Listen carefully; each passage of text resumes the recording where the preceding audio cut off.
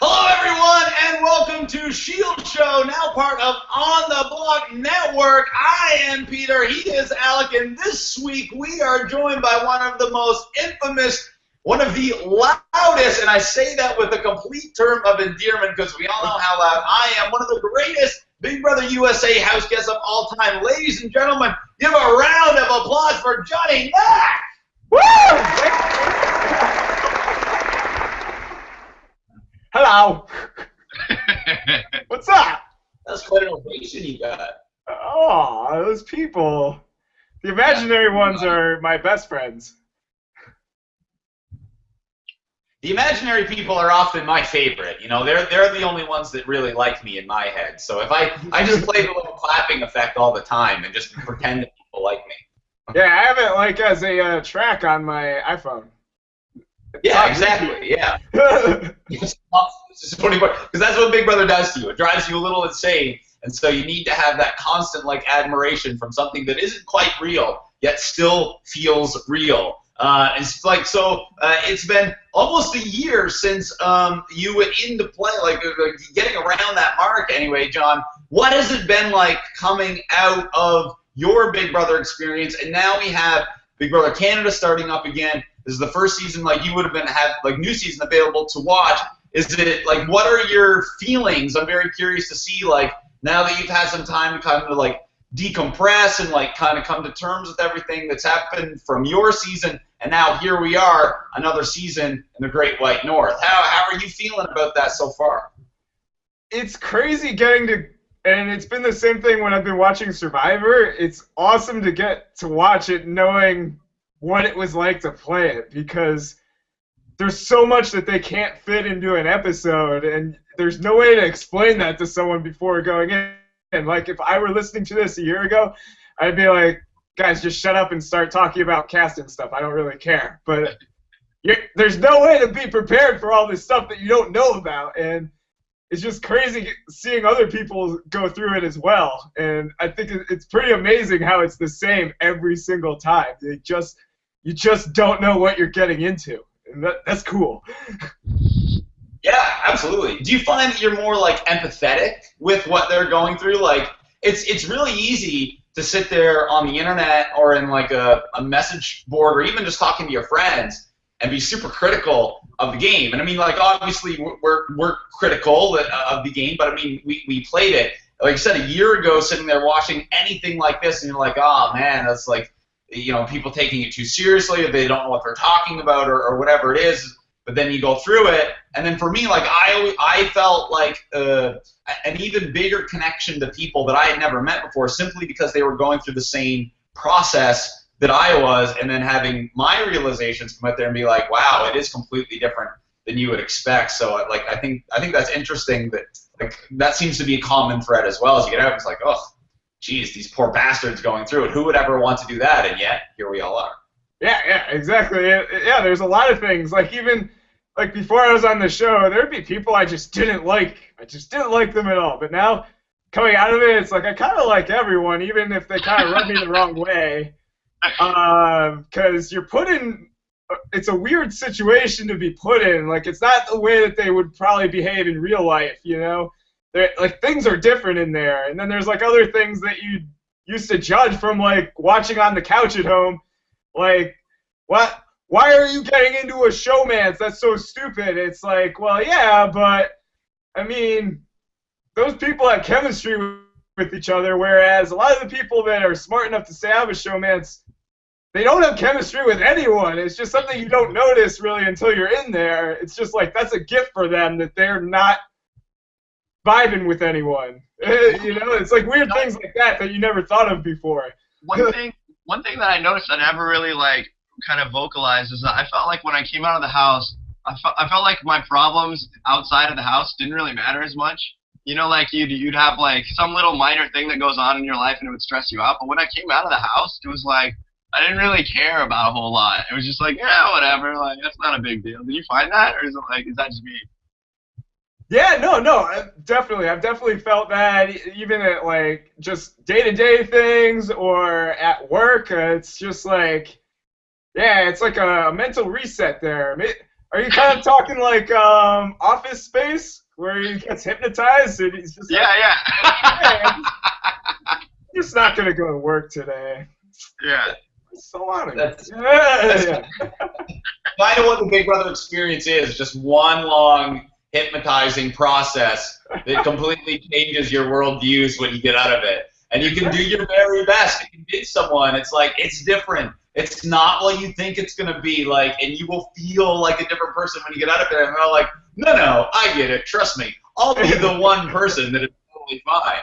And then they get out of there, and they're rocking in the corner in a ball, crying about getting evicted in week 3, and how could they not have won the veto by rolling the ball in the right hole. So Yeah. it's a psychological damage process. Yeah. They were also happy to be a part of. What was that? Lagged a little. I said it's a psychologically damaging process that we're also happy to be involved with. I know, right? That's the best part. I don't think, honestly, man, I think who it's gonna be most damaging for here to bring it to Big Brother Canada 4 is Jace, because I feel like Jace, like, you know, he went through what we all went through, but he went through it like quite a while ago, and then finally to be like pulled back in and like maybe get it again, and then stand on that stage and then just like go back to your normal life. Like, how bad must Jace feel right now? And his hair was on point. Oh, it was on point for sure. You know, he was like, still didn't make it. Oh man. I got to spend some time this weekend with Jace and Veronica, and like, as you might expect, they were pretty devastated. They were pretty bummed that they didn't get in, because they wanted to play. They love Big Brother just as much as the three of us do. And, you know, they were trying to, like, reframe it and be happy about it. And we had a great weekend. Like, a bunch of us got together. We hung out and had a lot of fun. But he was definitely choked up because he was plotting and planning and scheming and going back through the seasons in the sequester. And, like, he came up with all these really unique things. And he had, like, so many plots in place that he was going to go through and do. And he was very sneaky, and it was definitely, like, you could tell why he was an all-star. And so, like, you know, I'm very happy that, you know, that Tim and Nikki are in the Big Brother Canada house, but I would have liked to see, personally, all of them go in. Like, give them all a week, and then it's like, okay, Arissa says only 2 of them are staying, but you don't know which 2. And then so all of the house guests are strategizing. They're like, okay, do I align with Jace and Nikki, or do I align with Veronica and Tim? Like, who am I supposed to, like, mix and match in here? And then at the end of, like, the week coming, then 2 would leave, and, like, maybe that screws up a bunch of people's games because they picked the wrong horse. Like, I thought that could have been maybe interesting instead of just putting them on a stage after sequester for, you know, who knows how long, and then back to the real world. But, I mean, Jace and Veronica are really cool people, and kind of, like, more interesting than even, like, their little bios gave them credit for, like, I think. And it was a shame to see them get the send-off so early, but that's Big Brother. It's a cruel game. It would have been cool to see Jace play again, just because of how much he changed from the first time he played to the second time he played. Like, he's definitely a smart guy, and he's probably figured out a lot more stuff since All Stars. So I wouldn't even know what to expect from him at this point, you know? Definitely. I mean, for me, it was a toss-up between who I would vote for. I mean, I unfortunately, the poor Italian girl, like, we don't have her show in Canada, and, like, nobody. I think her show might be less popular because I had actually never even heard of it. So for me, you know, the vote for Nikki Graham was pretty straightforward. I've been watching Big Brother UK probably more pound for pound than I have watched any other Big Brother, just because there's more episodes and I've seen almost every season. So for me, Nikki Graham was a sure thing. With Jace, it was a little tougher for me because I've actually not watched Australia, but I definitely watched Big Brother US, like, every season. And Jace, on it, for me, said one thing that stuck with me forever, and it was something to the effect of, like, you know, I should have been on Survivor, or I would have been better on Survivor. And for me, that was like, if it's a coin flip between those two, I want to pick the guy that, you know, really loves Big Brother and really wants to be on Big Brother. Versus, you know, even though he said it like 7 years ago, these kind of things can haunt you. So it's just kind of a lesson to anybody that's on it. Just make sure people know that you love the game, because you never know what's going to happen. And if you go in there and take any moment of your time in the house for granted, crazy things can happen, and that could be the thing that kind of holds you back. So I'm happy with who's in there now, though. I love these two, and at first I'll be the first to admit I was skeptical about the international twist, but now it all just totally makes sense. I thought the most recent episode was one of the best Big Brother Canada episodes I've ever seen. I thought it was great, and I love watching people kind of thrown into the deep end of the North American format, not really know what's going on and how they're both coping with it. I think it was amazing. Yeah, that's cool. It was definitely cool. The North American twist. John, what was your take on it? Because I mean, you were a fan of Big Brother USA, and were you familiar with the international versions at all? Was this something that was appealing to you, or were you part of the section that was like, I don't know, like kind of like keep it country specific? Like, what were your initial thoughts on the international twist when it was first announced? And are you happy with the two that got in, or were you pulling for your countryman Jace? Yeah. Well, yeah, so my background with the whole thing was, like, I've never really watched those countries, their seasons, because, when I was into Big Brother, I was into it from Survivor, so I was just, like, into the game aspect, and when I heard, like, oh, it's just the audience votes them out, it's like, oh, I guess I don't care, whatever. So I've never really watched either of them. I've seen Tim around on the internet, on YouTube and stuff like that, so I knew he was, like, a big, loud dude. And Nikki, I didn't hear about her until the promos started coming up. I was like, oh, yeah, she's going to get in. She's definitely the one that's going to get in. I was pulling for Jace, for sure. But once Tim got in there and I saw this episode last night, Tim's a really smart dude. I mean, you could say what you want about, like, oh, it's a game, he's going to have to completely change his strategy, but it's like he got all of Australia to send him to the end. He can get 10 people in a house to send him to the end as well. It's not like too much of a big difference. Like, we've focused too much on the game, but a lot of it's just charisma and how far will that get you. And I think he's definitely got it. He's definitely smart enough to be playing dumb up in the HOH, talking to other people, something I like personally. So that's awesome. I think Tim's killing it, yeah. Alec, what are your first? Because obviously you're super familiar with Nikki, not so familiar with Tim. What were you? Because I'm a gigantic. His season is one of my favorites ever, and like I think that saying that there's no strategy, especially in Tim's season, like there was a lot of strategic elements to that season, like the way that they nominate the other house guests, like they essentially have a veto. Like, even though I think Tim said on the episode, like, they have no competitions. It's all just like fun, loosey-goosey stuff. That is true, but they also had the showdown competition, which was essentially an HOH/veto style thing every week, and it changed constantly too. So there was a lot of strategy in Tim's season, and he was always at the forefront of it. They would literally put people in the house, intruders at various points, with a specific objective to get him out. And these are people that could see the show from the outside world, and they would still leave, and Tim would still stay. So, like, this guy is, like, he's one of my favorite house guests ever. I'm personally pulling for him to win. But, Alec, you aren't so familiar with him. What's your first take on Tim in our game? And you being the person who's most familiar with Nikki, how do you think she's adapting so far?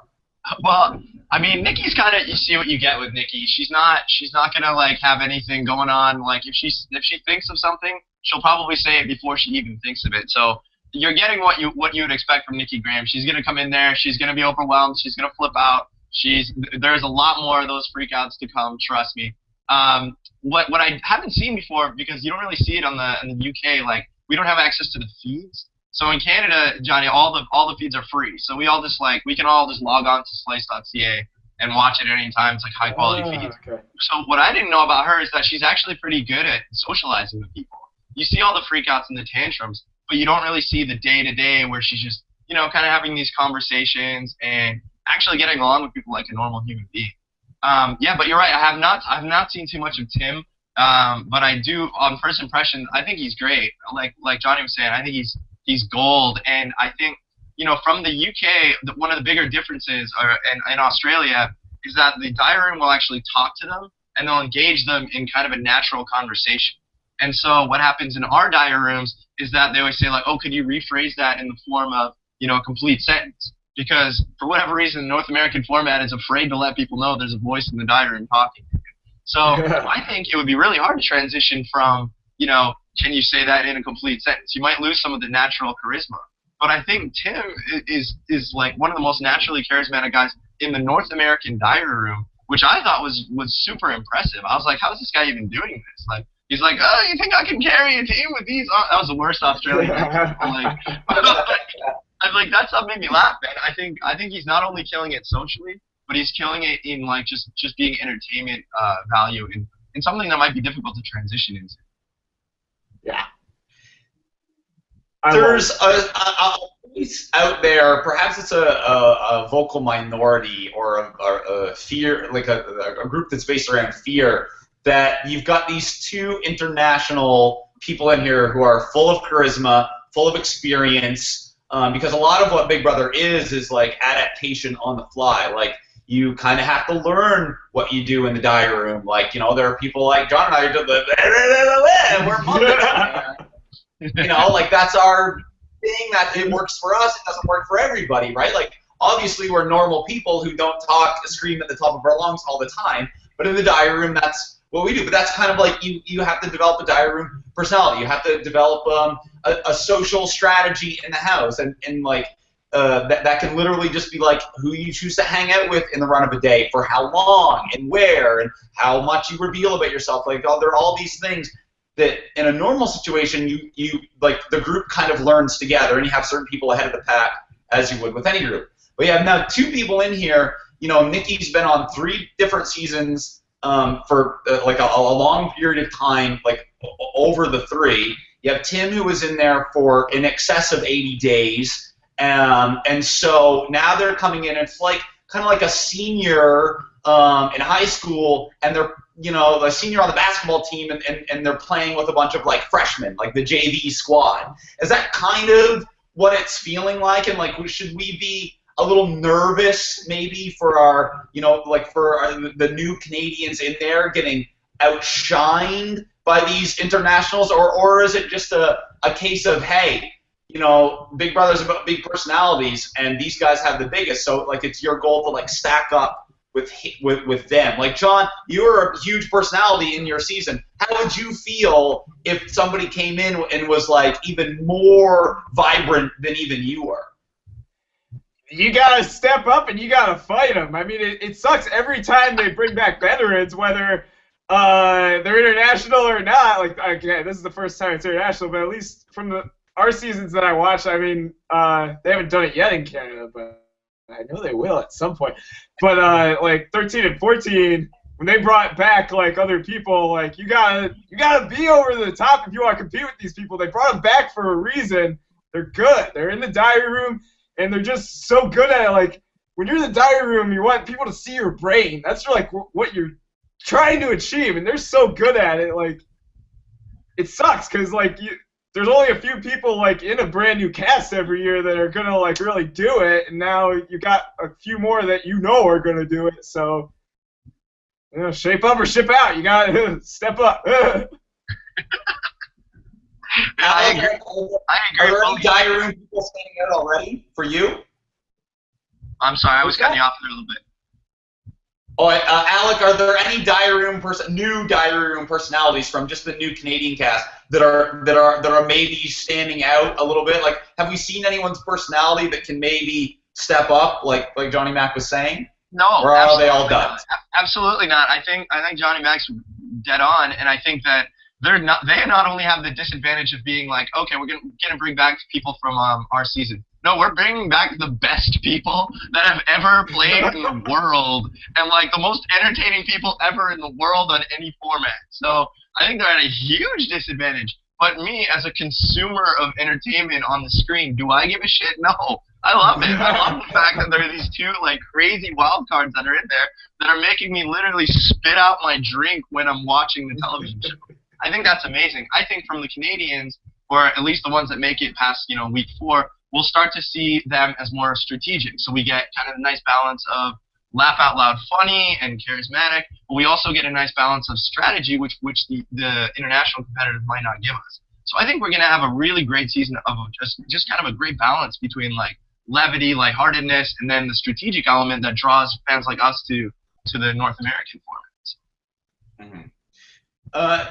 One of the critiques last year with Big Brother Canada 3 was too many twists. Too many twists. The twists ruin the season. And while I would agree that there's a lot of twists, there was only one more that, like, you know, the average amount of twists in Big Brother Canada so far has been 5. And so there was only one more than the average. They just kind of maybe happened at to the wrong people at the wrong time or something, or maybe they weren't used as effectively or as creatively as they possibly could have been. So something that was a knock on 3, apparently Big Brother didn't care and went right back to it, because in the first week, obviously, we've had this wild card, and we had another major twist that has never happened in North America before, but it's pretty common in other places in the world, and that's 2 people playing as 1. So we had Phil enter, and then minutes later, his brother entered, Nick, and they played it off, pretended that they didn't know each other, which is believable because they don't look that much like brothers, really. I mean, you probably wouldn't piece it together for a little while anyway. But now, like, they were told right away, you're 2 playing as 1, and this is going to be something that is literally history in the making. It's totally unique to our format because, again, in the international, when it's, you know, largely structured around what the public perceives of you doing in the house, you can have 2 people playing as 1, and it's not so threatening. But now you can have these 2 guys who can literally be in 2 places at once. They can be, like, you know, have their hands in 2 different types of groups, relaying information constantly. That, you know, they can be all over the place, and they're kind of like a yin and yang. Like, Nick is so positive and fun, and Phil's so kind of like angry and irritated all the time. So they kind of balance each other out in this like yin and yang thing. And you know they've got a great approach to the game. It's like, okay, everybody knows we're 2, even though we're technically 1. So we have to make sure there's other pairs in the house ahead of us, other known targets in the house ahead of us, so that even though we should be a gigantic target just because we're different, they're effectively downplaying that right away, and I think that's great, and I think they have a lot of value as an alliance mate because, you know, yes, they still only have 1 vote, but they have 2 people that can get out there and do so much like social damage throughout the run of a day, and to me, I think that if these guys can kind of like keep their own brother bickering in check, like they might have a shot at getting through to the end of this game. And one of the reasons why I really think this is because on night 1, they received a punishment. They had to go in solitary confinement for 24 hours. And last year we saw night 1, and I mean every year, night 1 is so paramountly important to ingratiating yourself into the social structure of the house. These guys were out of it. They weren't even nominated, and they were in no danger of going home whatsoever. So I like the brothers, but this is new. So, Alec, what do you think about the brothers' chances potentially going forward in the game? Are they going to be able to, you know, get over this hump of being a too big of an obvious target? Yeah, I mean, I think you hit the nail on the head. I think it's not perceived in the house as an advantage because, you know, they don't get 2 people holding the rope or rolling the ball, and, you know, so it's hard to quantify in Big Brother terms why they would be any more of a threat than somebody else. But we all know from having played the game just how important these waking hours are in spreading your seeds of strategy and, you know, making good with all the housemates, making sure that everybody likes you. And if I had, you know, if I can just tap out, you know, take a nap and then have still an Alec running around there, making connections, like having good conversations with people and increasing these social ties, I think that's a huge advantage. But I don't think that's necessarily something that people would point out in the house, like, oh, they have such an advantage because they can talk to all of us at the same time. That's kind of not really how it works in there, or at least that's not how I would think they would perceive it. So I think it's extremely, like, a huge advantage for these 2 brothers. And, you know, the fact that they get along also really helps them. I think if they were, you know, bickering and, you know, if one of them was a dick and the other one was cool, then that might hurt them. But they both seem to be 2, like, pretty positive, pretty likable, pretty similar people. So it is essentially just like having a duplicate of yourself going out there and making these connections, making twice as many connections, having twice as many conversations, and connecting with twice as many people as the other house guests do. So I think they've got a huge advantage. I agree. So that's a lot of the positives. Johnny, what are some of the potential negatives for these guys? Because they have to, like, you know, everyone has to learn on the fly in there, but they have to do it differently. Like, not only do they have to learn Big Brother as single players, they're having to learn Big Brother as two people playing as one. Like, is there going to be a point where their lovability runs out and people start to look at them as like, hey, wait a minute, you know, these guys could be a serious threat? Like, how long is that leash that they might have? I think that they're playing it pretty well. I think it was Phil that said in this last episode, like, we gotta keep Kelsey here because we need to keep those that showmance ahead of us. So, like, I think they know what they need to do. They need to keep the other physical targets there and make sure that the eyes are on those ones and not them. And it looks like they know to do that, so that's pretty cool. The one thing, I don't think it was ever said, like, what if they don't agree on, like, a move to make? Is there a penalty to them? Or, because I'd love to believe everyone thinks the same way, but they don't. They're different people. So, like, I wonder if it comes down to, like, if they don't agree. Yeah, so, I don't know, but definitely, as long as they can keep it together, keep the other, like, really physical targets in the house, I think they're going to do really well. I mean, I'm waiting for, like, the twist, like, a few weeks in, like, oh, they're 2 votes now. Enjoy it. I just don't think Big Brother's really thought of that, honestly. Like, they're probably just, like, playing it by ear. They probably wanted both of them in, but couldn't decide who they wanted in, so they were just like, fuck it, let's put them both in. Nobody's not going to last minute decision. They have no idea. I do want to point out, though, just perceptually, the idea of having 2 people disagree with you or against you in the house, regardless of whether they're voting as one, will seem scarier to the housemates. That's just person perception. That's just how the brain works. So if they, for example, have an argument and one of them makes it and then the other one leaves and then the other one makes it, the house guests are going to find that argument more persuasive just because more people are making it. They're not necessarily going to cognitively process every single thing that happens and say, wait, that was really one opinion that I have to listen to, not 2. And so I think that's going to be an underrated kind of like social psychological phenomenon that people don't really think about, but will be a huge advantage for them. I didn't know that was a thing. That's pretty cool. Yeah. We're educational. Trying to be educational here on the Sheyld More show. you know. Exactly.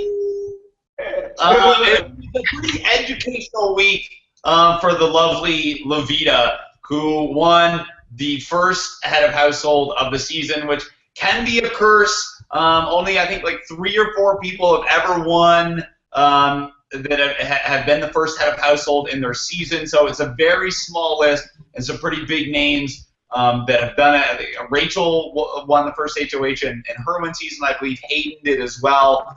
So, you know, and then they were pretty darn good players in their win season. So Levita, who said in her bio and stuff that she was going to come in with like a very specific strategy, and she had done her due diligence and homework and was really ready to go and kind of knew the tropes of Big Brother and what to expect and what to do.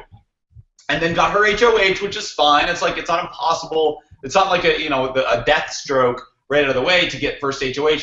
But it is so much dependent on how you play it, you know, because it's scary. You're inundated with this power all of a sudden. You feel like you're the king of the castle, and you know, it feels like it's going to last forever, and you can impose your will and do whatever you want.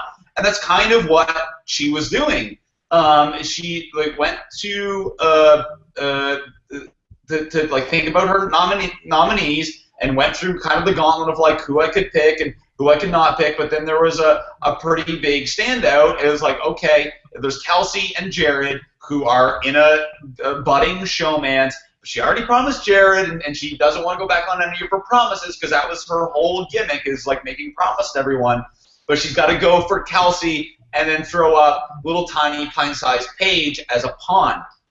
And this is a fine move. Like, targeting a showmance right out of the gate, conceptually isn't the worst thing you can do, because if you let a showmance get going, there are always 2 votes. It's always 2 people. Like, somebody else can always win the comp. Like we've seen this before, especially in Big Brother Canada. If they're like the next generation, Emmett and Jillian or something, this is someone that you should likely target very early. What I thought Lovita did wrong was she basically, instead of like hedging her bet a little bit and being like, oh, I'm not sure, like playing a little cooler, she went straight to Kelsey and was like, you're my target, you're going out, you're done. It's, like, pack your bags, sister. And then that put Kelsey into a mode where she was like, I don't think so. I'm going to put my assets to work for me, literally. And then she went and flirted and strategically positioned herself within the house based on the people she was friends with to keep her within the game. So Lovita's plan completely blows up. Little tiny Paige, who, bless her heart, she just couldn't integrate into the group, didn't really click with anybody, didn't really like anybody that much. Even though they seemed to all really like her, she didn't feel like she was part of the group. And sometimes that just happens. So, it wasn't anything that Paige did particularly well. She was just up against a competitor who was very driven to stay, and we saw as they did. So I guess my question, Alec, going forward for Lovita, now that we know, spoiler, that, her and Shari have been put up on the block by Jared, and the veto was not used this week. What's Lovita have to do going forward in order to stay in this game? Or did she put her foot in her mouth a little too early? Yeah, I feel like, honestly, maybe I don't know, them well enough yet. I haven't watched as much. Well, if I am watching live feeds, I'm watching Nikki and Tim. I'm not going to deny that. So I'm not like checking which room Lovita and Shari are in. I'm watching Tim and Nikki. But for me, it's too tough to say what she could possibly do. I think honestly, this vote will come down to who the rest of the house guests want to keep. I don't think there's really a whole lot that either of them can do. Maybe they can throw out some deals or whatever, but they're both pretty dead set on them leaving, and I don't think it really matters to the house guest who leaves. So it's probably just going to be up to them. The one major misstep I think that Lovita made is that it's so early to use a pawn. It's like you may think that person's cool, but really you don't know yet. You don't know where everyone's head is at yet. So you might think you're putting up this person that has no chance of leaving, but it's just so early in the game to actually feel everybody out like that. I think you're almost better, putting 2 people on the block that you wouldn't care if they went home or that you kind of want to get home, versus maybe 5-6 weeks down the line where it's like, okay, I know for a fact nobody's going to vote this person out because they're friends with her, they're friends with him, they're friends with Paige. Went in there, she admittedly didn't make friends with anybody. So, I mean, the choice of pawn for one was pretty bad probably, and just the timing of the pawn game I think was a little premature on Lovita's. Yeah. I think it's tough to make a really strong game move week 1. Week 1, you just, almost for yourself, you kind of just want to put someone up that's like, oh, no one likes that person, they're going to go. So just do that and then worry about, strategic ones later, because that first week, if they really want to play hard, they're going to play back. Yeah.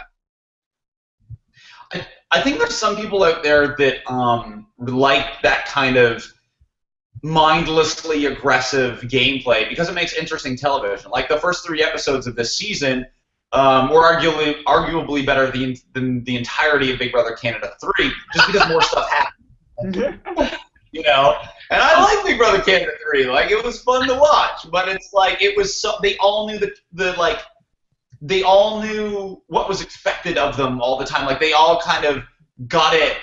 At least to a degree where there wasn't a whole lot of risk ever. Everybody kind of played it the way you're quote supposed to play it for the most part. Because it was a super fan season, that's the kind of game behavior that you saw, and that was interesting to watch in and of itself. But now this year, it feels like there's a lot of people who aren't so familiar with the reasons why you do or do not do these types of things, and maybe the personality's a little bit more brazen and bold, and so they're all they try to do these kind of chaotic moves it's like the older seasons where people didn't really like have 10 years of experience like to draw back on, and they were literally making it up as they go along. So there were some people that were like, yeah, Levita, like go, like you can do it and make this quote big move in week 1. But I agree with Johnny Mac. Like I think it's stupid to do that because you're always going to put yourself in a bad position going forward, because then people identify you as a big player or identify you as someone who's capable of making moves that'll get somebody out. Like you create this aura of fear or distrust around you, and like in the first month, that's you don't want to do that. And now we've seen literally a partisan structure in the house where you kind of have like the Jared and Kelsey contingency, and then you have the Shari and Levita contingency over here. And this side, which was the power structure in week 1, or thought they were up until the vote, they're completely screwed now. Yeah. And or it seems to be anyway. And like you've got Shari, who's kind of guilty by association. You got Ramsey, who's guilty by association. You got Dallas, who's guilty by association, and we'll get to his antics in a bit. And Maddie, who just doesn't get along with Kelsey because they're both hot blondes, and hot blonde girls naturally just hate one another. Right. So, I mean, like you've got now two sides, and it's all because somebody tried to make a power move and do something crazy in week 1. So it's a bit of a lesson out there that they're like good players play similar ways for a reason, and that's because one of the hardest things to do in Big Brother is work yourself out of trouble, especially when there's that many bodies in there. Right. Yeah, a lot to work through. but like you said though, when there's a line drawn in the sand, like those are pretty interesting seasons where it's just like, nah, we're coming after you. Like there's not going to be a whole lot of switching around. You're just kind of like, which team is going to win? Yeah, and then you have the wild cards all over the place. Like I think we've set up with the way that this happened in the first week and a half, 2 weeks here.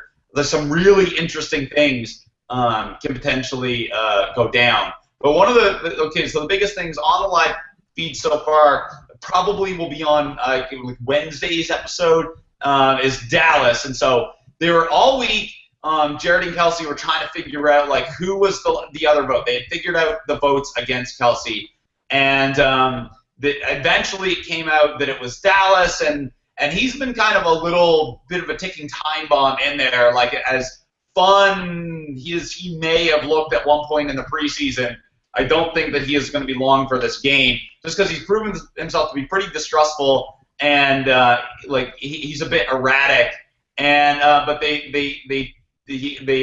heard his story and they were like, okay, I guess so. Like thanks for letting us know. But he seems to be a little all over the place and maybe got a little too much of an ego too early, thinking that it was like his house, as like the terminology that he would use just in kind of like the day-to-day. So like, Alec, where do you see Dallas, like into the house right now? Is this somebody that you could think, oh, he's trustworthy, like maybe he is of value to us, or is he just kind of like, the always he's an easy to go next week kind of guy?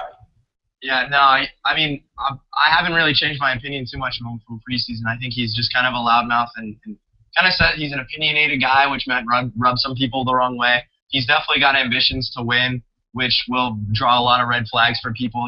Everybody knows he's out there. He's a gamer. He's not going to throw anything. And I think, you see some online love for him, but you got to remember that, like, 95% of the crazy Big Brother fans are, like, small-town Nova Scotia, East Coast fans that are basically only have him to root for. So I think, I don't see him long for the game. I think, the reason that he's been getting maybe a positive edit is because he's got so many fans on the East Coast. But I mean, I think like coastal loyalties are just kind of silly for me. I think you should just be rooting for somebody that you kind of really like and can sink your teeth into personality-wise. Like Johnny, you guys don't really have this kind of thing that we have. Maybe you do, but maybe not to a certain extent, because we only have like 13 possible provinces like our players could be from, whereas you guys have 50 states. So it's a little different. But yeah, I mean, I'm sure you had a lot of loyalty. You're from Scranton, is that right? Yeah, you've heard of it.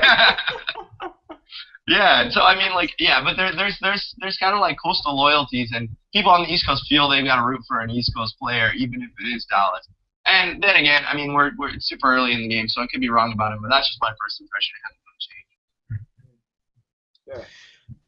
John, I'm curious to hear what your first impression is on Joel, because he went in there kind of like he's this 6'4", really lanky, kind of goofy, just odd. One of the oddest people I think I've ever seen on a television show ever, reality or scripted. He's just like he's almost like Gumby, just kind of like flopping around in the house. Like I'm not like he knows the show, and he's going in there with like he's one of the few that like he's got it all like in his head put together. But socially, do you think that Joel has what it takes, despite the fact that he is so like it's impossible to hate this guy, like he's just so effortlessly lovable? Do you think that he'll be socially good enough or competitively good enough? You know, like anyone can win these competitions, but some of them do take some coordination and a little bit of strength or speed or quickness, or these are things that I'm not necessarily sure Joel has in spades, despite his like little workout routines that he does, which are hilarious. But anyway, Joel, is there potential for him to emerge as a player, a la Steve from last year? Yeah. So, I mean, yeah, maybe Joel isn't, like, the most physically amazing person in the cast. And, yeah, a lot of competitions need that. But just enough of them don't need any of that. So there's definitely room for him to win, for sure. And I think one of the greatest things, like, when I played with Steve, I thought he was going, like, midway through or something because everyone's just going to pin, like, the same thing Joel's at, like nerdy, probably loves the show, really smart, knows all this stuff. He's gonna get us in the end. We gotta get rid of him. But Joel's probably also thought of that at this point, and he's probably thought of some kind of a plan. Yeah, maybe it's not the most suave thing ever, but it's probably well calculated, and he's gonna try it, and it might work. And I think that's why it worked for Steve. I think that he's definitely got potential to overcome it for sure. Can I just say, like, I don't think people give Ian enough credit for really changing the game. And like, yeah, it's relatively recently, but almost every single season has like kind of a nerdy super fan. But Ian played so well that he now has like basically screwed that archetype for everyone to immediately come in as like possibly the Ian. And I think he just deserves some props for just like changing the game like that. Cause like, if you now are becoming like a huge threat just for looking like a player, that's to me just like, I don't know. I just thought of that right now. It's pretty insane. Don't wear glasses. Well, speaking of huge threats for just looking like a player, it's been pointed out in literally every episode, I think, how similar Jared is to Emmett from season 1, of course, and following a pretty similar path. Like, has got the hot girl at his side, who's extremely capable. I think Kelsey is one of the most refreshing.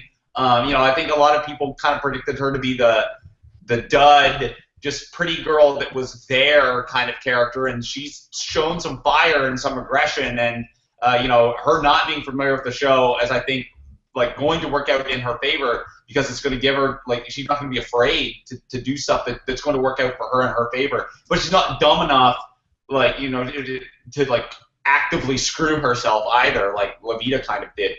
But Jared, very similar to Emmett. Of course, I think they're going to play in a similar fashion. They obviously look similar. It's been pointed out. Alec, you and I played with Emmett. We aligned with Emmett. Emmett outlasted both of us. He considered, one of the best in North America. Can these people allow Jared to do the same thing? Just like Johnny Mac and his whole cast allowed Steve to do kind of the same thing that Ian did. Is history going to repeat itself again? No, hell no. And it's because Emmett is such a unique, strong personality that you can look like anybody you want to look like, but you're not going to play like it. Like Emmett, like a billion guys look like Emmett, but only one person would play like him. You know what I mean? Like he's got that it factor. I don't know what it is, but he just gets the game. And this kid, I don't know, maybe he does, maybe he doesn't. He certainly got the hair of Emmett and the cowboy hat. I don't know. I don't really see it. Like I think just Emmett had something special. So yeah, I think the similarities are gonna end pretty soon as he gets picked. Wow, that's bold for Jerry. You're right. I mean, he's at the head of his alliance, right? Like, and they've got like it's him, Kelsey, and Raul are the third wheel. That's like I think the first like. Peter, you know how easy it is to be the head of your alliance when you're head of household. Like you're the head of the alliance no matter what week it is. If you're head of household and you have an alliance, you're the head of that alliance for that week. Next week we'll see if he's head of that alliance. Well, I guess the argument could be made that Kelsey is the head of the alliance. It's not Raul, but it could be. What? Johnny, did you watch? Do you know who we're talking about with Emmett? Oh yeah, I've watched every similarities that Peter's talking about because like Emmett's a pretty unique character, and Jared just kind of looks like him. You know what I mean? Yeah, I think what happened with Emmett and Jillian, like they were everyone's friends. It seemed, just watching, I don't know what it was actually like in there, but when I watched it, I was like, Emmett and Jillian are with pretty much everyone, whereas you got Jared and Kelsey right now. I mean, Kelsey, that one in the last episode, she's talking to Levita in the bathroom there, and she just flips out on her, whereas I feel like Emmett and Jillian, they would have tried to bring her back in as a friend while still trying to kick her out, but they wouldn't have just been like, no, it's on. Whatever. Like, they still would have been trying to play because they're thinking ahead, like, hey, we might not win HOH next week. We still have to be nice to our enemies so they don't come after us. That's exactly right. I certainly feel like this could be a season of the people not having the foresight to not make good with your enemies because like you never know who you're going to need to align with. You never know who's going to get power. You can't really you can plan a little bit, weekish to weekish, but so much is like on the hour, on the day in there. So if Jared and Kelsey have any hope at replicating what Emmett and Jillian did, perhaps to me, like I've described them as like the bad guy version, like the bizarro world version of Emmett and Jillian. Like Emmett and Jillian are the good guy characters, the Superman and Wonder Woman version of that everybody loves, and then you've got Jared and Kelsey over here who might not be so lovable, even within the context of the house. But we'll see how that plays out over the next few weeks. One person for me who has been a big surprise so far on the feeds and on the show is Cassandra. On the sideshow, for my preseason, like just based on the bio, like the 1 minute thing and the little Q&A that they do, I was like, she's just going to be obnoxious and she's going to get on everybody's nerves. She's just going to be this diva princess who has no strategic merit whatsoever. And then, because that's how she's presented to us. And then you get her in the show, in the house, actually going day to day, and most people seem to get along with her. She's pretty social. She's pretty funny. She seems to be having a good time in there. She's not overplaying. She's not getting on people's nerves. And I've recently come to find out that she's very familiar with Big Brother Canada, much more so than would have been let on through any preseason stuff. So Cassandra's in there to play and just have everybody think that she's this moron who can't even put peanut butter on her own bread, and yet she's there. She seems to be capable. She's really getting along with Tim. I love kind of how that's developing, and I think that still people would look at her and be like largely probably dismissive of her, and yet I think she could be really capable. Like she might end up being one of those unexpected good players, or the kind of how Rachel was not good in her first season. She was just a train wreck. She had to win, or else she would have went home all the time, and she went out so relatively early. And if this girl was kind of like Rachel plus Rochelle-ish type, then I would have expected her to follow a similar trajectory. But maybe it's more like Rachel's second time around, where she can get in there a little better. I mean, I just think a lot of people, myself specifically included, really underestimate Cassandra, and she seems to be doing pretty well in the game so far. Am I wrong in this, or is there maybe I'm only seeing the good in Cassandra? Has there been some bad? The only thing you're wrong about, Peter, is that I didn't understand. I think the first overall to win. Literally as a wild card pick. But, Because I took Ramsey, like, who won it, who has sucked so far, by the way. Ramsey has not been good. No, I think she's gonna win. I've always thought she's gonna win. She's just funny, and like, you know, you can tell the wheels are turning. Yeah, I couldn't pick up on the wheels preseason, but now. He wasn't picking up on the wheels anyway.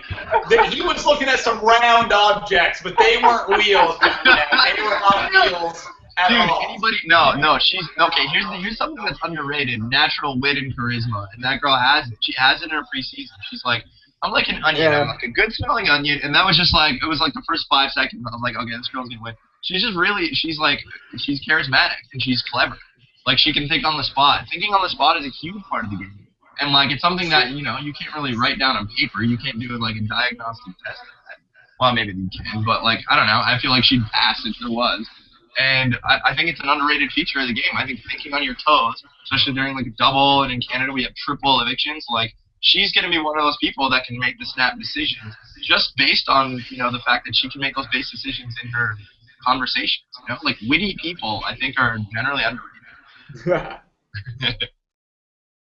What do you think, Johnny Mac? Is he blowing too much smoke up her ass? Can you see her winning? Or can you just see her ass? They haven't shown any of it on TV.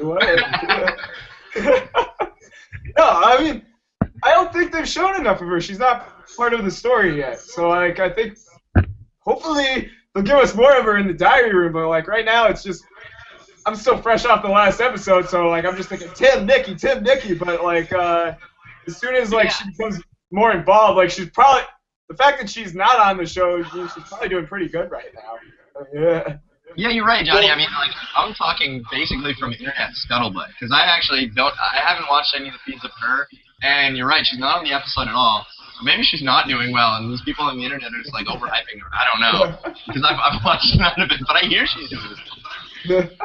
Well, speaking of someone who's not been on the show very much, has a ton of internet hype, is Mitch. And I am actually pleasantly surprised with Mitch. I expected him kind of to be a character that I would not like, a la Jordan last year. But he's much more subdued. He's not like as wacky, like entertainer type guy that I was maybe anticipating him being. He's just kind of a normal, cool, smart guy in the house that seems to be pretty good positioning right there, and has been almost entirely invisible on the show, and he's not like a super active part of what's going on. Like, he's not like in a decision-making position. He's not really influencing people that much. But like it's still very early, of course. But he seems to be generally liked, and he seems to have a fairly good grasp of what's going on in terms of the social dynamics of the house, just by observation. So you don't need to be in, every discussion in every room and, constantly just, verbalizing your thoughts so that the people on the internet know what you're doing and what you're thinking. You can be a little bit more reserved in there and just kind of like pay real good attention to stuff and only speak when is absolutely necessary, and just be friendly and still be way ahead of the curve strategically. So I think Mitch, him not being a prominent part of the show and not really being in like the sight line of everyone, like he's not in the scope for the the big hunters in there right now, could really be beneficial for a guy like him who could be like a Kevin from last year, who's just kind of there and hard to get a read on, and people expect him to be good, but they don't really know where he lies, and maybe he gets an alliance and maybe he doesn't, and then boom, he's out in some random twist. Like, that's kind of what I saw happening for Mitch, but if he keeps playing it the way he is, maybe he might not be vulnerable if something like that comes up. I can see that. Any other thoughts on Mitch? He flagrantly, like, I mean, to me, flagrantly threw the HOH challenge in the button one. And so he clearly said the wrong answer. Everybody knew, like, I think he said Kelsey, and the answer was Cassandra or something like that. And so, like, clearly said the wrong answer. And to me, like, you know, if I'm on that bench and he's part of the final three and he says it and it's like, you know, that guy threw it. Like, maybe now are people going to look at him a little bit differently, because there can be a mentality in there of, like, don't throw comps, like, you know, like only the weakest among us, you know, throw comps, and it's maybe is a detrimental thing. Like, if Mitch goes 3 or 4 weeks without winning a competition, and he's in a lot of them, and looks like he should be capable, and then just never wins anything for one reason or another, it's like, is this the first of the Mitch building block to failure? Like, this throwing this competition so flagrantly? I'm sure a lot of people picked up on it. They might have picked up on it, but I don't know if they really care at this point. It just seems like a feud of the two families right now. So they're just like, yeah, whatever. I hate that person more. We gotta go after that. So hopefully. So then, Alec, oh, go ahead. No, go ahead. Oh, like, I mean, maybe they're seeing it happen, but like it's not really getting too far into their brains right now, and they might forget about it by the time it actually matters. No, I think that's a really good point. But Alec, in a season of, if it's Group A versus Group B, and then you've got 2 or 3 people in the middle, do those 2 or 3 people in the middle ultimately become casualties, or do they like at some point do they have to pick a side? Like, is there any value being like it's Group A versus Group B, but these 2 or 3 in the middle, we don't know where they are. So do they become the targets eventually, or is this maybe like a good time to just kind of be a neutral, bipartisan, like, you know, type person? Honestly, man, I think that's way too much of a blanket statement to say for any particular season. I think it really depends on who's in it. There's some seasons where you want to be a floater and not in any lines. And there's other seasons where floaters get picked off. It's too early to tell with this cast, I think, and to address that question. Now, one thing that I do think Mitch has going for him is that he's got 5 million subscribers on YouTube or something like that. Is that right? Something that I agree. He's a social media mogul. So I think in a season full of like recruits that are basically advertising their own Twitter handles on their hands, I think that's kind of an underrated thing that not a lot of people utilize. Just the fact that in the back of your mind, you know you're going to be seeing these people at events, and you know you could develop a friendship afterwards. If you're friends with the kid with 5 million YouTube subscribers, and you are that vain that you have your own Twitter handle on your hat, you definitely want some fame outside of this. And if Mitch can be like, hey, like, I'll put you in a YouTube video, you can start like your own channel, like I'll give you my social media following and all this. I think that's one thing that I would love to see somebody actually do. Like, there's been some celebrities in there that always try and downplay it. And I'd like to see a somewhat, like, you know, I don't know, celebrity, if is the right word, but somebody that has some sort of influence with social media, because they're all a bunch of whores in there that want to go in there and just, like, you know, propel their brand. I mean, the 3 of us excluded. I can't imagine that Rockstar Dennis really gives a shit. I'm like, you know, we all got things going on in our lives. But I think a lot of these people are just there for the fame, especially in a season of recruits. They're not there for the love of the game. So I think if you can kind of dangle the carrot in front of them a little bit, I think it's kind of a weird, bizarre thing that we haven't seen in the past that could start coming into play in future seasons, like using your outside social media stuff to actually gain you know, a following in the house.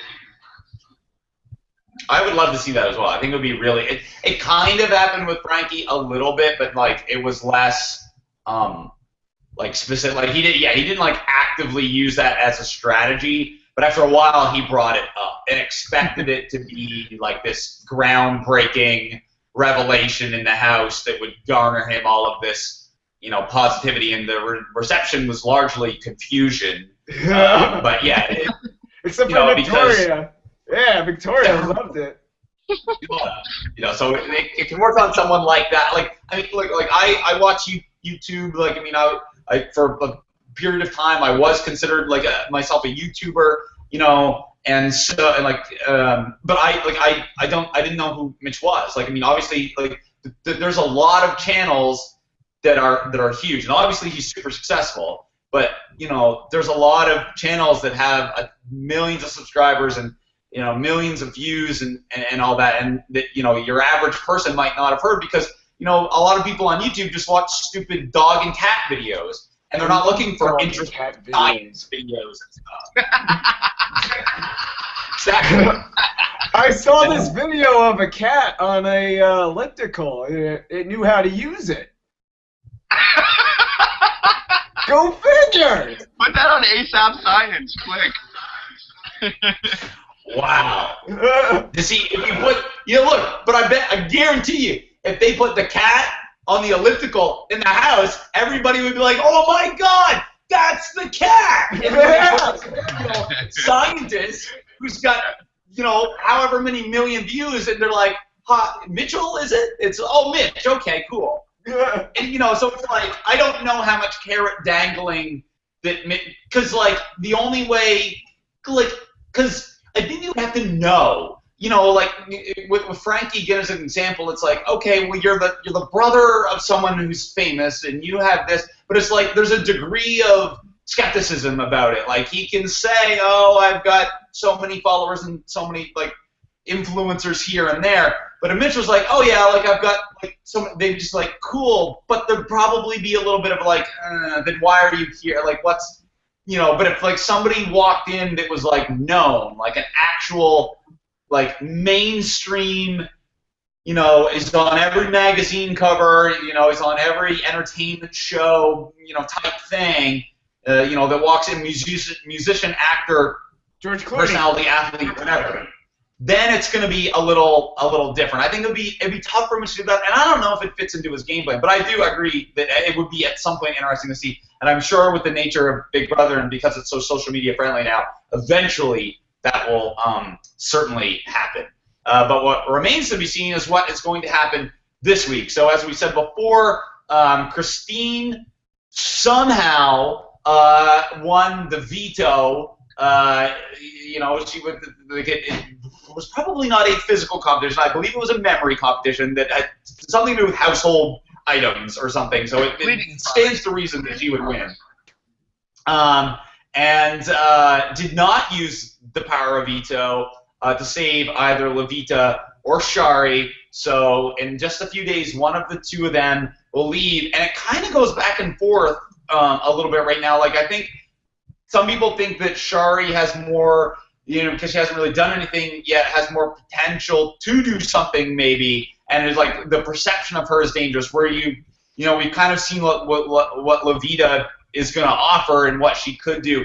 So it might be a case where Shari might be voted out simply based on her proximity to someone who screwed up in the first week. So it's not necessarily like something that she actively did wrong. She just aligned with the wrong person at the wrong time, and then ironically that person ends up staying with the another opportunity to rehabilitate their game, while their friend who was just along for the ride could be sent packing come Thursday, which I think is kind of a unique scenario. Is it?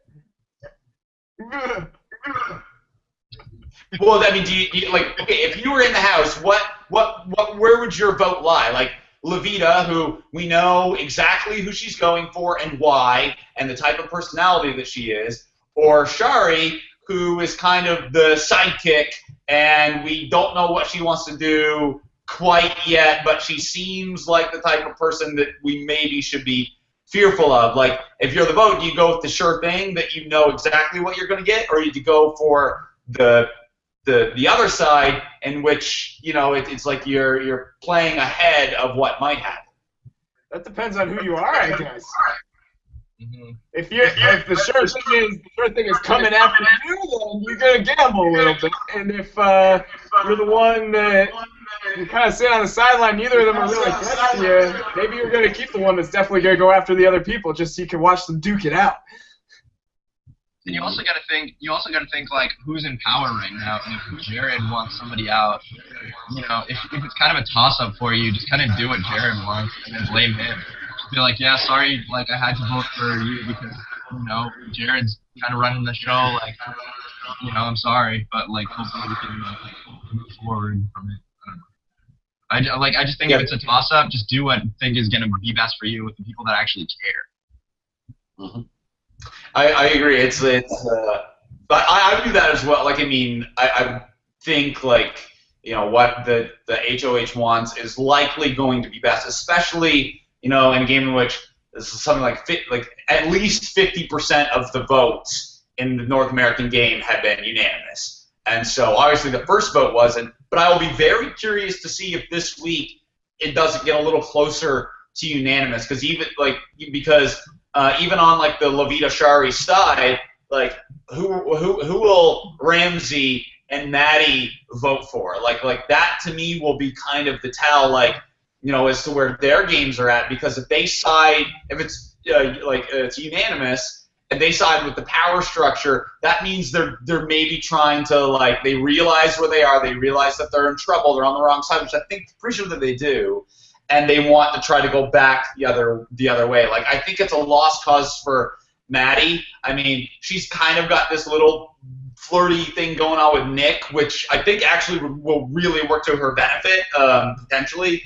Ramsey really needs to get in with, like, the numerically superior portion of the house, or he's going to start to look like a juicy target super quickly. But that all, of course, is weeks and weeks and weeks away. And Alec and I will be here on this new channel, on the block, thanks to Spencer and McCrae from Big Brother 15 every single week. It's the Sheyld show coming together with On the Block, and we're very, very happy to be working with them this season to cover all things Big Brother Canada 4. We'll be here every single week with house guests from the past, present, and who knows, the future maybe, to talk about the game that we love so much and make some predictions. So we absolutely love to thank Johnny Mac for doing it this week. We have loved your insight. Thank you. The future, that sounds awesome. Do you have a DeLorean? You gonna bring him here? Yeah, well, you know, who knows? I'm gonna watch. You know, Canada is this kind of odd country in terms of its placement in time anyway. You know, we're never quite sure where we are, so who knows who might show up each week. Yeah, but that's going to do it for us this week. If this is the first time you've ever watched the Sheyld show, thank you very much. We sincerely appreciate you giving us your time. You could have been anywhere in the world, but you decided to be with us, and we thank you each and every time that you do it. So for Alec, I'm Peter, he's Johnny Mac. Thank you very much for watching. Thank you for believing in the Sheyld, and until next week, yeah. You stay ahead of the curve.